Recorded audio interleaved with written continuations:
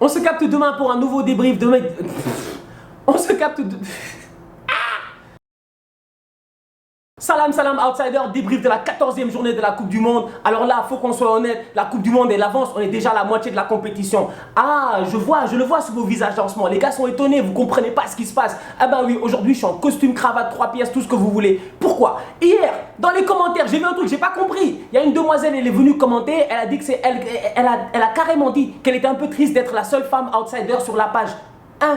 Derrière, j'ai vu plein de demoiselles qui sont venues commenter. Du coup, je me suis posé des questions. Je me suis dit, mais combien de demoiselles te suivent aujourd'hui? Et j'ai vu que vous êtes plus de 2000. Alors, je vous remercie, mesdames. Sincèrement, ce débrief, il est pour vous. J'espère que vous allez l'apprécier. Le débrief commence maintenant. Les Allemands sont éliminés. Arsch Wiedersehen. Sincèrement, les Allemands, aujourd'hui, vous avez déconné. Pourquoi vous avez déconné? C'est parce que l'eau, il ne fait pas les bons choix. L'eau, le premier match face au Mexique, on l'a vu. On a vu qu'il y avait certains problèmes. On a vu qu'il y avait certains joueurs qui n'avaient pas assez faim. À l'image de Mesut Özil, Khedira. Le deuxième match, il les met sur le banc. Le troisième match, il les ramène. Je comprends pas. Sincèrement, je comprends pas. Si vous avez compris, expliquez-moi. Mesut Özil, ça fait 1 an, il est pas bon. Ça fait 2 ans, il est pas bon. En fait, Mesut Özil, ça fait plusieurs années qu'il n'est pas bon. Mesut Özil, depuis la Coupe du Monde 2014, il est dans une suffisance. Mesut Özil, c'est pas possible. On peut plus continuer comme ça. À avoir un joueur qui joue à 2 à l'heure, un joueur qui choisit quand il veut jouer. On peut pas accepter cela. Tu peux pas être la Nationalmannschaft.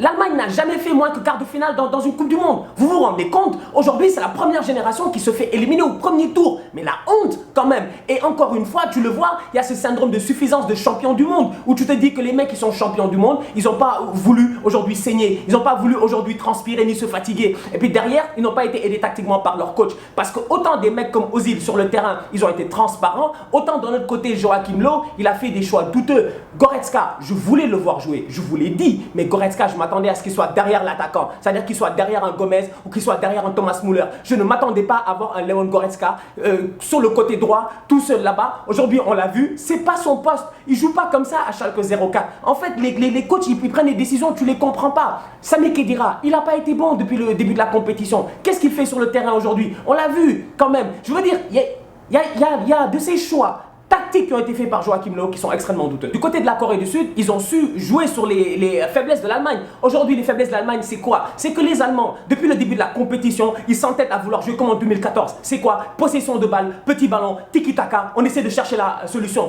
Alors qu'ils n'ont pas les joueurs pour. Tu ne peux pas avoir un Timo Werner qui cherche constamment la profondeur et tu cherches à jouer petit ballon avec lui. Ça ne fonctionne pas. À Leipzig, on le lance. Aujourd'hui, il aurait dû jouer comme ça. Alors que derrière, tu te rends compte que d'un autre côté, les Sud-Coréens, ils en ont profité. À chaque fois que les Allemands étaient là en train de garder le ballon à tourner dans leurs 16 mètres, eux ils récupéraient le ballon, bam, ça sortait en contre-attaque et ça allait très vite. La preuve, ils ont marqué 2 buts, dont un but dans un but vide, tu vois. Moi je me dis, où est cette Allemagne-là qu'on voyait dans le temps? Où est cette Allemagne-là de Lothar Matthäus, Thorsten Frings, Bastian Schweinsteiger, tous ces joueurs-là en fait qui avaient l'habitude de frapper de loin, tous ces joueurs-là en fait qui avaient des belles frappes et tous ces joueurs-là en fait qui avaient un jeu beaucoup plus direct. L'Allemagne aujourd'hui, il serait venu avec un jeu beaucoup plus direct, c'est-à-dire tu viens dans un 4-2-3-1, disons, avec 2 milieux récupérateurs tranquilles. Ils en ont assez pour pouvoir avoir 2 milieux récupérateurs. Tu vois, tu as un Goretzka qui joue dans cette position de 10 là, parce que Goretzka en tant que tel, il a le volume de jeu qui lui permet de faire le piston. Tu vois, sur les côtés, tu mets Werner et Reus, ton problème est réglé. En pointe, tu peux mettre un Thomas Müller, même si Thomas Müller, encore une fois aujourd'hui, pathétique. Alors là, Thomas,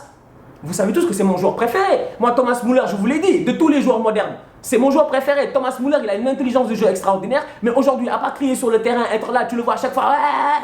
Sinon, il n'a rien fait. Donc, ces Allemands-là, en tant que tels, ils ont péché sur plusieurs points. Ils ont péché tactiquement aujourd'hui parce qu'ils auraient dû ne pas jouer le tiki-taka, ne pas garder le ballon. Ils auraient dû avoir un style de jeu beaucoup plus direct. Et ils ont péché aussi dans l'envie en tant que tel parce que tu sens réellement qu'il y a eu une suffisance du champion du monde. Les Sud-Coréens, ils peuvent nourrir des regrets parce que, étonnamment, bizarrement, si tu regardes bien, si les Mexicains, parce que je le dis, je vous avais dit, appelez-moi Juan Pablo quand je viens parler du Mexique, eh ben, les Mexicains aujourd'hui, ils ont vraiment déconné. Parce que les Mexicains aujourd'hui, ben, ils se sont fait battre 3-0 par des Suédois déter, des Suédois en passant avec un coach mais de marbre. Alors là, le mec, il est froid. Le mec, il marque un but, tu le vois pas sourire. 2 buts, il sourit pas. Même le 3e but, il a juste fait un petit à la Arsène Wenger. Tu sentais réellement en fait que le gars, d'un autre côté, il pensait réellement à ce qui se passait dans l'autre match. Les Suédois, ils ont assuré leur qualification 3-0 tranquillement. Les Mexicains, ils sont passés sur la peau des fesses. Pourquoi? Parce que de l'autre côté, les Allemands n'ont pas su concrétiser. Et tu y penses un peu plus et tu te dis, si les Mexicains avaient battu les Suédois aujourd'hui et que les Coréens battaient les Allemands 2-0, la Corée était en 8e de finale. Ça aurait pu être encore une journée beaucoup plus folle que Sunlight. Dans l'autre match, il y avait dans l'autre groupe, il y avait le match entre le Brésil et la Serbie. Les Brésiliens, ils ont géré 2-0 tranquille. Bah, les Brésiliens, ils sont qualifiés. Après, on s'y attendait, tu vois. On s'attendait à ce que les Brésiliens passent. Par contre, de l'autre côté, les Serbes, quand même, d'un côté, si tu as été Serbe, tu peux te dire, ou si tu es Serbe, en fait, pas si tu as été Serbe parce que tu n'as pas arrêté d'être Serbe durant le match, je sais pas ce que je viens de dire. Mais si tu es Serbe en tant que tel, tu as dû voir le match et te dire comme, ah, on est passé pas loin parce que Mitrovic, il en a eu des actions. Parce que en fait, Matic, il en a eu des tirs. Ils ont eu des actions. Il y a eu un moment fort en fait de la Serbie. Il y en a eu même plusieurs moments forts de la Serbie. Ils n'ont pas su concrétiser. Derrière, les Brésiliens, ils sont létals. Paulinho, il a mis 8 buts depuis que Tite est là. Tite, on dit bien Tite. On dit Tite. Il paraît qu'on ne dit pas Tite, on dit Tite au Brésil. Depuis que Tite, il est là. Paulinho, il vient de nous claquer 8 buts. Il est en pleine forme. Il est en mode Barça comme au début de l'année. Aujourd'hui, je reste les Brésiliens là, je me dis, non seulement ils se permettent de bien jouer, et en plus de cela, quand Paulinho sort, c'est des Fernandinho qui rentrent. Ils sont complets. Oui, comment il s'appelle? Oui, Marcelo s'est blessé, Felipe lui s'est rentré. Ça montre à quel point ils ont une profondeur de banc. Moi, je me dis, ces Brésiliens-là, vu la manière à laquelle la compétition est partie, dans quelques jours, ils vont jouer leur 8e de finale face au Mexique. Ça va être un match extrêmement dur. Brésil-Mexique à la dernière Coupe du Monde, si je ne me trompe pas, ça avait fini match nul. Vous vous rappelez de ce match-là où Ochoa avait fait des arrêts sensationnels sur Neymar? Est-ce qu'il va se passer la même chose? On ne sait pas. En tout cas, ça va être chaud. Il ne faudra pas rater ça parce que ça va être un match extrêmement intéressant. Mention spéciale à Willian qui s'est repris parce que Willian, le match passé, il a été catastrophique. Et mention spéciale à Felipe Coutinho qui continue encore à être le meilleur joueur brésilien durant cette compétition. Si, je suis désolé, Coutinho, c'est le meilleur joueur du Brésil. Neymar, à part tomber toutes les 30 secondes à faire ça à Diva et à demander qu'on le donne des cartons ou quoi que ce soit, il fait que ça. Coutinho, d'un côté, il est très intelligent quand même dans son jeu. Aujourd'hui, encore une fois, il trouve une super passe pour Paulinho. Coutinho, depuis le début de la compète, il a toujours été élu joueur du match. Je ne sais pas s'il a été élu joueur du match aujourd'hui ou pas, mais encore une fois, Coutinho, il continue à surfer et je me dis, tout ça, c'est de bon augure pour les Barcelonais. De l'autre côté, les Suisses se sont fait un peu peur face au Costa Rica. Ça a fini 2-2. Bon, les Suisses, quand même, c'est assez étonnant parce que tu dis qu'il y a un Suisse-Suède là qui va être en 8e de finale. Qui aurait cru qu'il y aurait eu un Suisse-Suède en 8e de finale? Vous s'attendez plus à un Suisse-Allemagne ou un truc comme ça? Et bien, bizarrement, c'est les Suédois qui sont là. Et je me dis, Suisse-Suède, honnêtement, c'est deux pays qui, je sais pas. Je sais vraiment pas comment vous débriefer ce match-là. En fait, je sais même pas vous dire qui va gagner ou pas. J'ai aucune idée. Ça va être un match chaud. Ils vont s'entretuer là-bas entre eux. Ça va être à ne pas rater. Demain, on saura le dénouement dans le groupe de la Belgique et de l'Angleterre. On saura qui finira premier entre Belges et Anglais. Et de l'autre côté, demain, il y a le choc. Alors là, moi, je vous dis, j'ai vu les gens sur Twitter, sur Facebook, les Chugging Challenge, les je sais pas quoi, les Sénégalais. Gérons-nous. Demain, on joue la Colombie. Moi, je veux qu'on arrive en mode narcos, mec. On en a rien à faire. En fait, eux, ils font leur malin avec leur Pablo Escobar et tout ça là. Demain, on arrive, je vous dis, comme des lions, on arrive sur eux, la plata ou la plomo, on donne tout ce qu'on a. Je vous dis, je veux voir des tacles, je veux voir des... Vous leur rentrez dedans en fait, ces Colombiens-là, parce qu'il faudrait que dès le début du match, qu'ils comprennent que l'intensité est là et qu'on n'est pas là pour s'amuser. Moi, je compte sur vous. Maintenant, on sait que le VAR est contre nous, mais c'est pas grave. On sait que le VAR, c'est du bordel, mais c'est pas grave.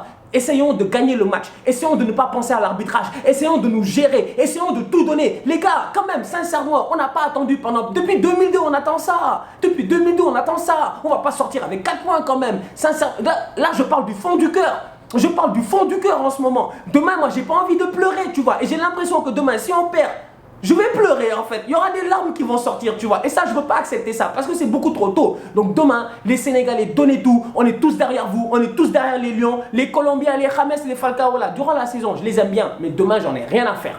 Détruisez-les. On se capte demain pour un nouveau débrief de la 15e journée de la Coupe du Monde. Évidemment, on sera là, on sera posé. Demain, ça va être chaud. Comme j'ai eu à dire, les Sénégalais, gérez-vous. Donnez tout. Toute l'Afrique est derrière vous parce que là, les Marocains, c'est mort. Les Tunisiens, c'est mort. Les Égyptiens, c'est mort. Le Nigeria, c'est mort. Il reste plus que le Sénégal. On peut pas être, tous les pays africains ne peuvent pas être éliminés dès le début de la compétition. Donc, s'il vous plaît, les Sénégalais, demain, gérez-vous. D'ici là, on continue à liker, on continue à partager. Je remercie encore toutes mes demoiselles outsiders qui me suivent sur la page depuis le début. Sincèrement, mesdemoiselles, je vous aime. Tous outsiders, la famille.